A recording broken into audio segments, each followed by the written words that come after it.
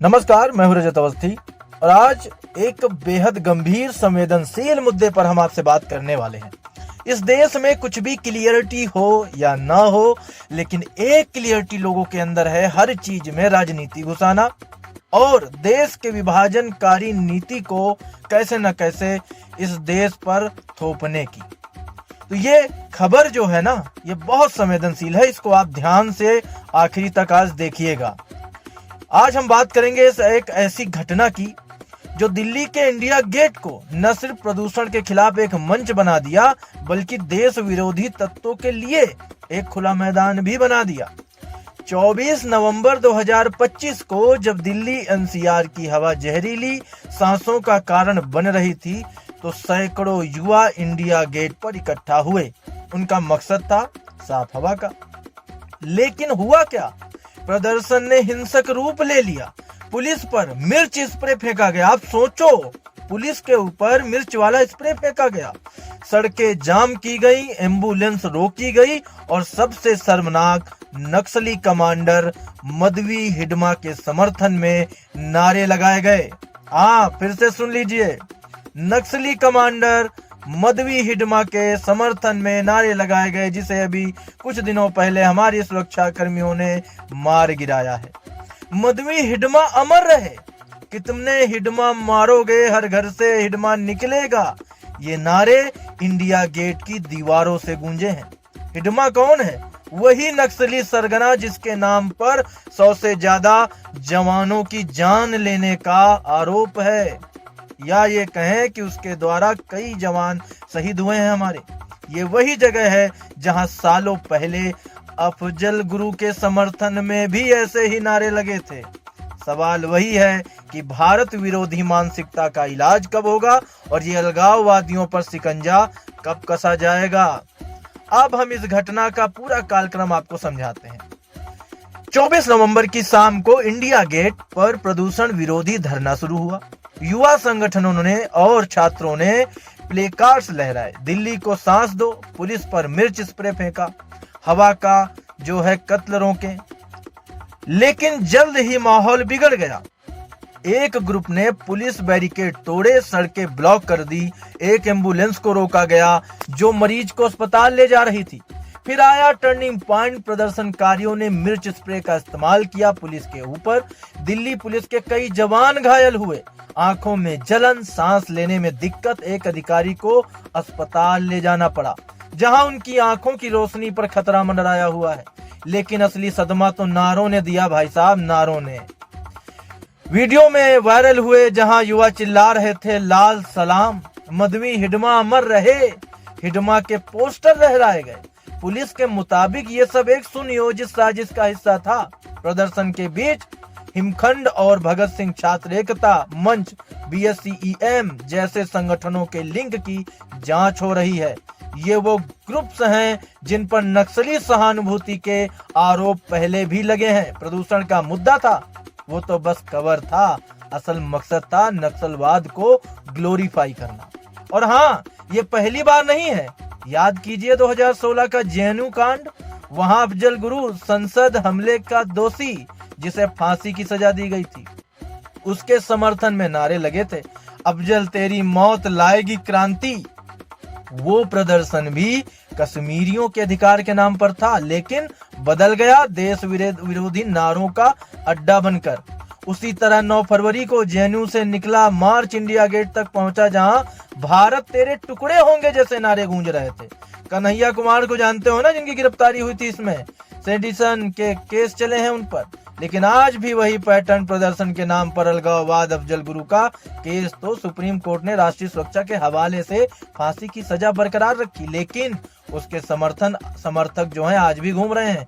India gate पर हिडमा के नारे, ये तो उसी चेन का लिंक है। और जो कन्हैया लाल अफजल के समर्थन में JNU में नारे लगाता था, आज कांग्रेस का कितना लाडला है, राहुल गांधी का कितना लाडला है। तो समझना है इस देश की जनता को कि कौन इस देश का हितैषी है और कौन इस देश के टुकड़े करना चाहता है। अब सवाल, प्रशासन ने क्या किया? दिल्ली पुलिस ने तुरंत एक्शन लिया। 24 नवंबर की रात ही 22 छात्रों को गिरफ्तार किया गया। आरोप, पुलिस पर हमला, आईपीसी की धारा 332, सरकारी काम में बाधा, आईपीसी की धारा 186 और सबसे बड़ा राष्ट्रीय एकता के खिलाफ अपराध बीएनएस सेक्शन 197 जो पुराने आईपीसी 153 बी का विकल्प है। नक्सली लिंक्स की जांच के लिए स्पेशल टीम गठित की गई है। 26 नवंबर को पटियाला हाउस कोर्ट में पेशी हुई। कोर्ट ने 4 प्रदर्शनकारियों गुरकीरत, रौजौत, क्रांति और अविनाश को 2 दिन की पुलिस कस्टडी में भेज दिया। बाकी 13 को 1 दिन की जुडिशियल कस्टडी। 27 नवंबर को और 2 महिलाओं आसिये और बागीशा को गिरफ्तार किया गया। उनकी 2 दिन पीसी रिमांड की मांग हुई। कुल 6 को 3 दिन की पुलिस कस्टडी भी मिली। पुलिस का कहना है कि ये वागे आरोप नहीं, वीडियो एविडेंस है। साजिश की जांच चल रही है। नक्सली फंडिंग, ऑर्गेनाइजेशन लिंक सब उजागर होगा। जेएनयू, एसयू और एसएफआई ने इनकार किया है, हमारा कोई लिंक नहीं है, लेकिन पुलिस कहती है सबूत बोलेंगे। साथ ही 26 नवंबर को इंडिया गेट पर ही प्रो पुलिस रैली हुई। सैकड़ों लोगों ने प्ले कार्ड्स लहराए, दिल्ली पुलिस जिंदाबाद, हिडमा के समर्थकों को सजा दो, नेशन अगेंस्ट नक्सलिज्म। ये रैली गिरफ्तारियों के समर्थन में थी, जो दिखाती है कि जनता पुलिस के साथ है। लेकिन सवाल बाकी रह जाता है कि ये कार्रवाई काफी है क्या, या फिर ये बस शुरुआत। नक्सली सहानुभूतियों पर सख्त कानून क्यों नहीं है? यूएपीए जैसे प्रावधानों का इस्तेमाल कब किया जाएगा? अब सुनिए राजनीतिक दलों के नेताओं के बयान भी आपको बता देता हूं। बीजेपी ने इसे कांग्रेस की साजिश बताया। बीजेपी नेता शहबाज हुसैन ने कहा ये प्रोफेशनल प्रोटेस्टर्स हैं, प्रदूषण का बहाना बनाकर हिडमा जैसे नक्सली को सपोर्ट कर रहे हैं। ये भारत विरोधी मानसिकता है, सख्त कार्रवाई होनी चाहिए। बीजेपी के सुधांशु त्रिवेदी ने कांग्रेस पर निशाना साधा। मास्क उतर गए, प्रदूषण विरोधी प्रोटेस्ट को डायवर्जन बनाकर नक्सलियों को बढ़ावा दिया। कांग्रेस हमेशा से टेररिस्टों की पैरवी करती है, उन्होंने कहा।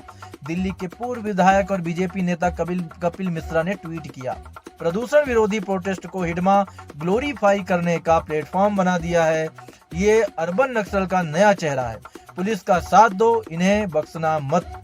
आपके दिल्ली मंत्री ने भी नारों की निंदा की। लाल सलाम और हिडमा के चैट्स ये प्रदूषण से ज्यादा खतरनाक हैं। सरकार को साफ हवा के साथ राष्ट्रीय सुरक्षा पर भी फोकस करना चाहिए। विपक्ष की तरफ से कांग्रेस नेता राहुल गांधी ने कहा, ये गिरफ्तारियां दिखाती हैं कि सरकार कितनी असहिष्णु है। वाह, प्रदूषण जैसे मुद्दे पर आवाज दबाना लोकतंत्र की हत्या है, लेकिन हाँ, नक्सली नारों की जांच जरूरी है। पीडीपी नेता शोएब मीर ने कश्मीर कनेक्शन जोड़ते हुए कहा, कश्मीरियों को स्टीरियोटाइप न करें, टेररिस्ट और सिविलियंस में फर्क समझें। लेकिन बीजेपी ने इसे खारिज किया, ये बहाने हैं। अब आप समझ लो, राहुल गांधी को मतलब प्रोटेस्टर्स को गिरफ्तार किया जा रहा है ये तो दिख रहा है, लेकिन वो हिडमा के अमर रहने के नारे लगा रहे हैं ये उनको नहीं दिख रहा है। तो ये सारी चीजें बताती हैं कि कितनी ये संवेदनशीलता है कांग्रेस के अंदर। दोस्तों, इंडिया गेट जो शहीदों का सम्मान है, वो प्रदूषण के खिलाफ आवाज का प्रतीक बनना चाहिए, न कि नक्सलवाद का। प्रशासन की कार्रवाई जारी है, लेकिन सवाल वही है, भारत विरोधी मानसिकता का इलाज कब होगा? ऐसे अलगाववादियों पर शिकंजा कसने का समय आ गया है। यूएपीए सख्त कानून सब इस्तेमाल होने चाहिए। जनता आगे तो देश मजबूत तो बनेगा ना। और मतलब इस देश के छात्र मतलब सच में हिडमा के लिए नारे लगा रहे हो आप प्रदूषण के लिए गए थे, ठीक है, अच्छी बात है, आप प्रदूषण के लिए आप नारे लगाते, आपको लगाना चाहिए। आप कोई अगर चीज आपको लग रही है कि आपको प्रोटेस्ट करना चाहिए तो आप शांतिपूर्ण प्रोटेस्ट कर। आप दिल्ली पुलिस की आंखों पर आप उन पर हमला कर रहे हो, उन पर आप मिर्च का स्प्रे आप डाल रहे हो, एम्बुलेंस रोक रहे हो, ये प्रदूषण का प्रोटेस्ट था। साबित हो गया कि ये हिडमा के समर्थन का ही था और पुलिस ने भी तुरंत एफआईआर दर्ज कर ली। आरोप है कि मिर्ची स्प्रे से पुलिस कर्मियों पर हमला हुआ, सार्वजनिक जगहों पर अवरोध, कानून व्यवस्था में बाधा। गिरफ्तारी की संख्या पहले 15 अब 20 बताई जा रही है, बाद में संख्या बढ़ाकर के 22 जो है हो गई है। कुछ लोगों को तत्काल हिरासत में लिया गया था और कोर्ट में पेश भी किया गया था, उसकी जानकारी मैंने आपको पूरी बता दी है। जिस दिन वीडियो वायरल हुआ उसी के बाद राजधानी में एक रैली बुलाई गई, जिसमें लोगों ने सुरक्षा बलों के समर्थन में भी नारे लगाए। उन्होंने बोला है कि stop सेल्डिंग anti nationals, nation against Naxalism, Hidma ETC। इस रैली में शामिल संगठन था youth stand for society YSS। उनका कहना था कि ये नागरिकों का देश भक्ति व प्रशासन के प्रति समर्थन दिखाने का मौका है। उन्होंने आरोप भी लगाया कि असली प्रदूषण विरोधी आंदोलन का उपहास कर देश विरोधी तत्वों ने इस रैली को नक्सली एजेंडा देने की कोशिश की है। तो ये सारी चीजें कि जहां एक हिस्सा देश का और यूथ का और युवाओं का ये समझता है कि हमारे देश में हमें आवाज उठानी चाहिए अगर कोई चीजों में दिक्कत है, लेकिन हम उन लोगों की आवाज बन जाएं, उनका समर्थक बन जाएं जिनकी वजह से हमारी सुरक्षा एजेंसियां, उनके जवान, उनकी शहादत हुई है। ये कहाँ का न्याय है और ये कैसी सोच है और कैसी विचारधारा है? भाई प्रदूषण विरोधी प्रदर्शन लेकिन नक्सली नारे, ये कैसे संभव हुआ कि अलगाववादियों को ऐसी खुली रैली में जगह मिल गई? क्या प्रदर्शन आयोजकों या सुरक्षा व्यवस्था में कोई चूक थी? क्या प्रदर्शन स्थल यानी कि इंडिया गेट के लिए पहले अनुमति ली गई थी? अगर नहीं तो प्रदर्शन को वैध कैसे माना गया? गिरफ्तार युवाओं की पृष्ठभूमि, क्या वह सिर्फ छात्रों, नागरिकों के रूप में थे या किसी संगठित नक्सली अजनबी एजेंडा से जुड़े हुए थे? उनकी जांच राजनीतिक, सामाजिक, कानूनी कितनी पारदर्शी होगी? ये सब चीजों पर विचार होना चाहिए। अगर भविष्य में ऐसे प्रदूषण प्लस नक्सली नारों वाले प्रदर्शन हुए तो नागरिकों, मीडिया, प्रशासन, सुरक्षा एजेंसियों को कैसे सावधान रहना चाहिए, इस पर भी विचार होना बहुत जरूरी है। इस घटना ने साबित कर दिया है कि सिर्फ जनहित या पर्यावरण जैसे मुद्दों की आड़ में देश विरोधी मानसिकता को पनपने देना खतरनाक हो सकता है। हमें प्रशासन, नागरिकों, मीडिया सभी को सतर्क होना चाहिए। स्वच्छ हवा, स्वस्थ जीवन ये अधिकार है, लेकिन अगर इस अधिकार के नाम पर देश के खिलाफ नारे लगते हैं, हिंसा होती है, नक्सली विचारधारा को बढ़ावा मिलता है, तो ये आंदोलन नहीं षड्यंत्र ही बन जाता है। मैं व्यक्तिगत रूप से मानता हूं कि ऐसे तत्वों पर सख्ती से कार्रवाई होनी चाहिए। साथ ही असली पर्यावरण आंदोलन को भी अलग थलग नहीं होने देना चाहिए, वो भी जरूरी है। जनता को साफ सुथरे मुद्दों के प्रति जागरूक होना चाहिए और उन्हें धोखे में नहीं आना चाहिए। उन्हें समझना चाहिए कि हम किसी अच्छे आयोजन में जा रहे हैं या किसी के एजेंडे में शामिल होने जा रहे हैं, उसमें अपने विवेक का इस्तेमाल करके देश के साथ खड़े होना चाहिए, ना कि देश विरोधी तत्वों के साथ। तो आज की ये बड़ी खबर यहीं तक। हमारी मुलाकात अब आपसे कल फिर होगी एक और बड़ी खबर के साथ। तब तक आप देखते रहिए इम्पैक्ट भारत टीवी।